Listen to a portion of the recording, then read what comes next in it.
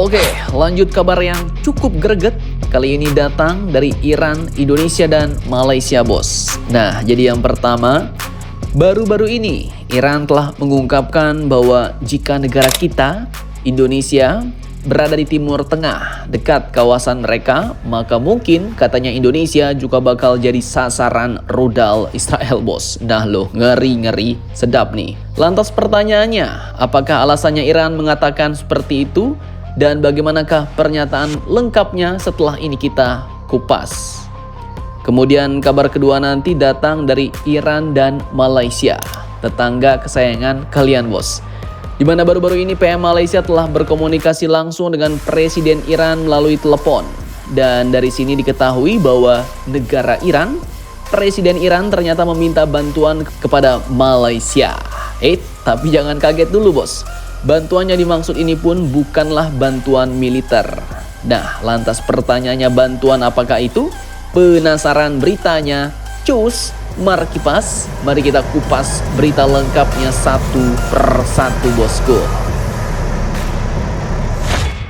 Oke, jadi yang pertama kita mau bahas Iran yang menyebut bahwa jika negara kita, Indonesia, berada di Timur Tengah katanya, maka mereka yakin Indonesia juga bakal dihantam oleh Israel. Nah loh, apakah alasannya?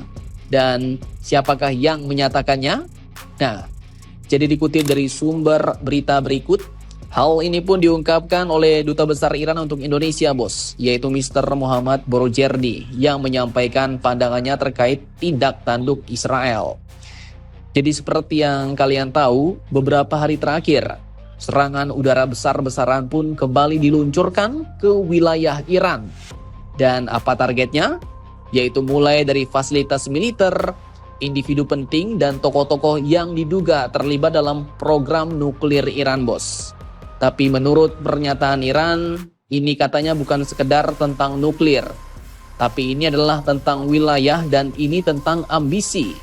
Di mana kali ini bukan cuma roket-roket yang meluncur, tapi juga mimpi lama yang coba mereka hidupkan kembali oleh Israel, yaitu katanya tanah yang dijanjikan.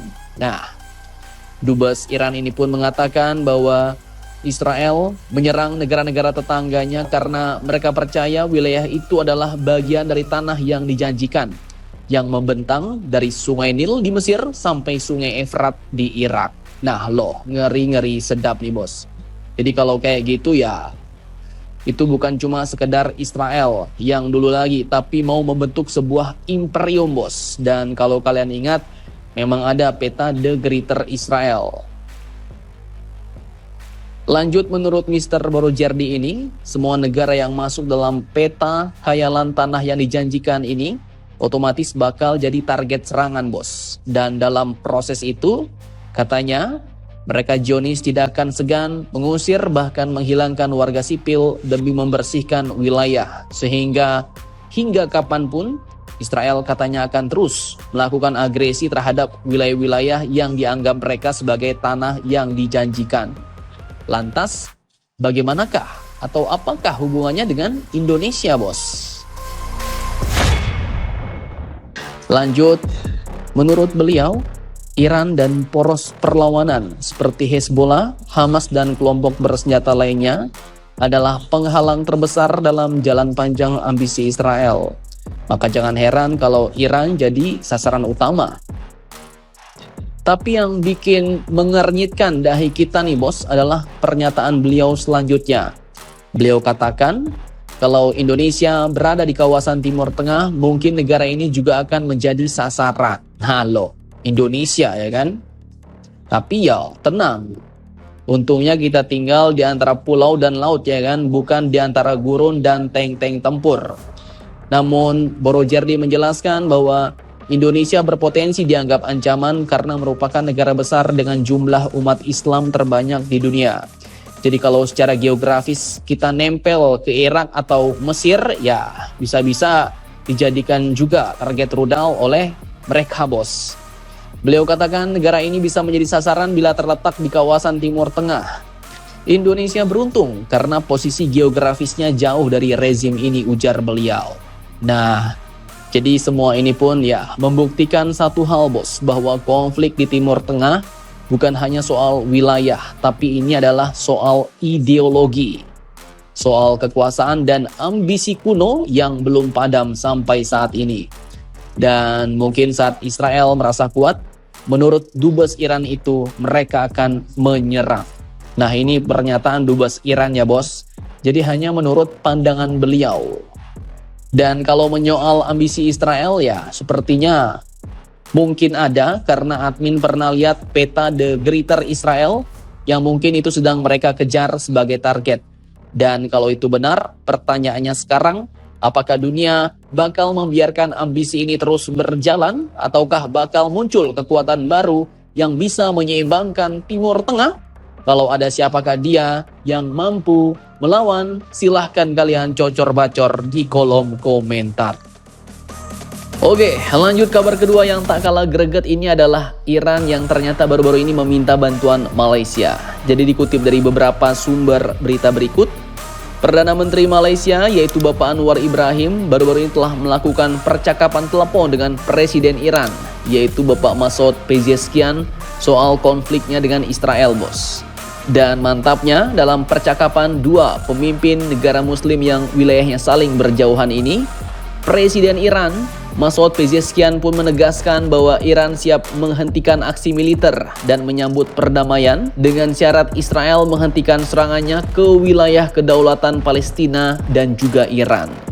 Dan selain itu Iran ternyata juga meminta bantuan nih kepada PM Malaysia bos, untuk menjelaskan kepada dunia Islam konteks sebenarnya di balik serangan pembalasan Iran, termasuklah kepangkalan militer Amerika di Qatar. Pezeshkian pun menegaskan luncuran rudal ke pangkalan udara Al-Udeid di Qatar merupakan bentuk pembalasan atas agresi militer Amerika dan Israel, khususnya terhadap fasilitas nuklir Iran dan wilayah Palestina.